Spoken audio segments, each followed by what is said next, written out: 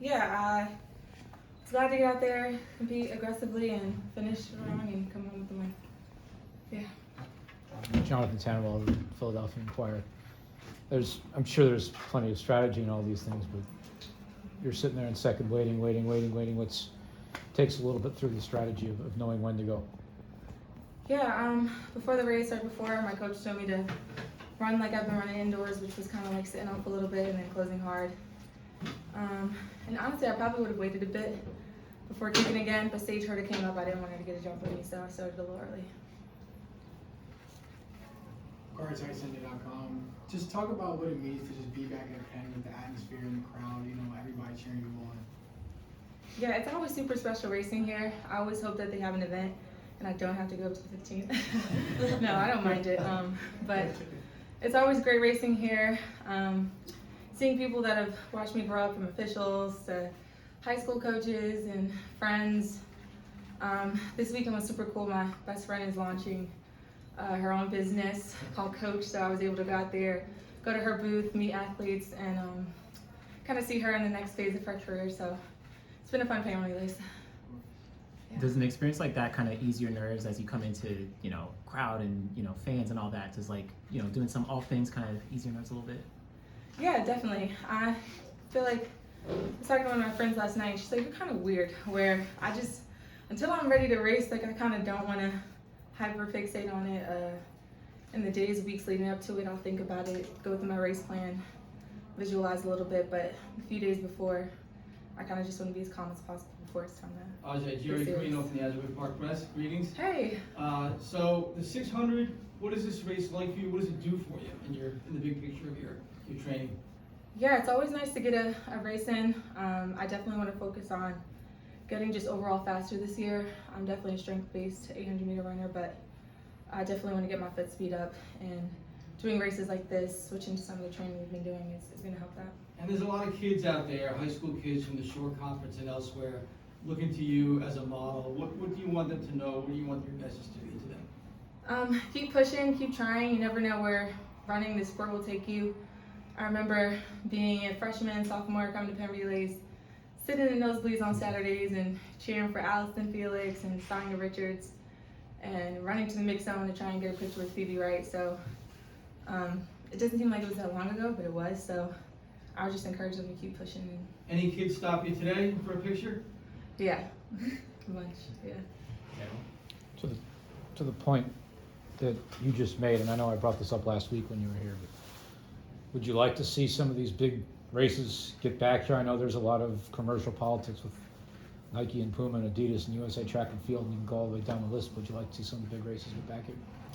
Definitely. The relays were always a highlight of high school, the Shore area. Even coming to Philly, hearing how excited people are. Do you run Penn Relays? That's always one of the questions that they ask. So getting it back to as big as it was, I think the last 2 years have definitely been a step in that direction. So I'm excited to see the relays continue to grow and, get back to that energy that we're used to.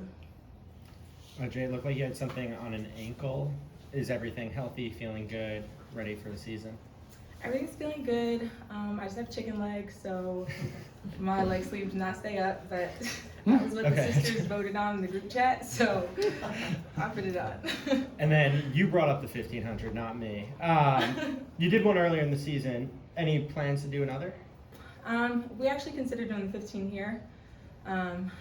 Training was going pretty well in that way. I had a little bit of a setback, so we kind of just pivoted and stuck to the 6. Yeah. And then I guess it seems like you have a knack for timing things perfectly. You'd given Natoya a little bit of room, but you found it in that last 100. Is that a matter of you purposefully giving her a little space, or just finding it that last 100? I think it's a little bit of both. I definitely wanted to stay off the pace a little bit, but more importantly, I'm just focusing on what feels comfortable, and just keeping a mental clock of making sure it's not too comfortable and too slow. And I think coming through the first lap, I kind of was easing into that territory, but having Sage come up kind of put me back in the mix and started up for that final final push. Yeah. Where do you go from here? What are you building towards? What's the race plans coming up? Just talk about the season in general and your race plans going forward. Yeah, so we're still figuring things out compared to like the year after COVID. It was not many races, but now it's like the opposite, where there's a whole bunch of races, a whole bunch of different opportunities. So trying to just be strategic about what we do and where we want to go. So not really sure where I'm racing next, but pretty much I think 8s for the rest of the season, maybe a 15 at some point, but mostly just 8s now. Do you feel a need to go international ahead of the U.S. champs this year, or are you happy to stay domestic? Yeah, I pretty much usually stay as domestic as possible. I travel just to get like points for the Diamond League to make sure I'm in the final. And I think this year I'll probably go over twice, but that's typically been like what we've done the past 10 years of I'll go over, come back, but never more than like 3 times a year. Yeah. Any other questions? Yeah, Ajee, obviously Sydney was here last year. I asked her the same thing about the talent that's come out of New Jersey. Obviously what you've done, what Sydney's done, what are things doing. Can you just talk about the strength of the state and just, seeing, runners from your state, perform at such a high level on the biggest stage? Yes, it's always super great to see Jersey represent, especially because we always just get talked about so badly. I don't know why, but everybody talks trash about Jersey, but it's the best place ever. What do they say? What kind of trash they talk? It's like, oh, it's the armpit of America, and like dirty Jersey. Oh. I'm like, that's a term of endearment. Like, that's how we're repurposing that. But it's always awesome to be a part of that group. Olivia Baker as well. Yep.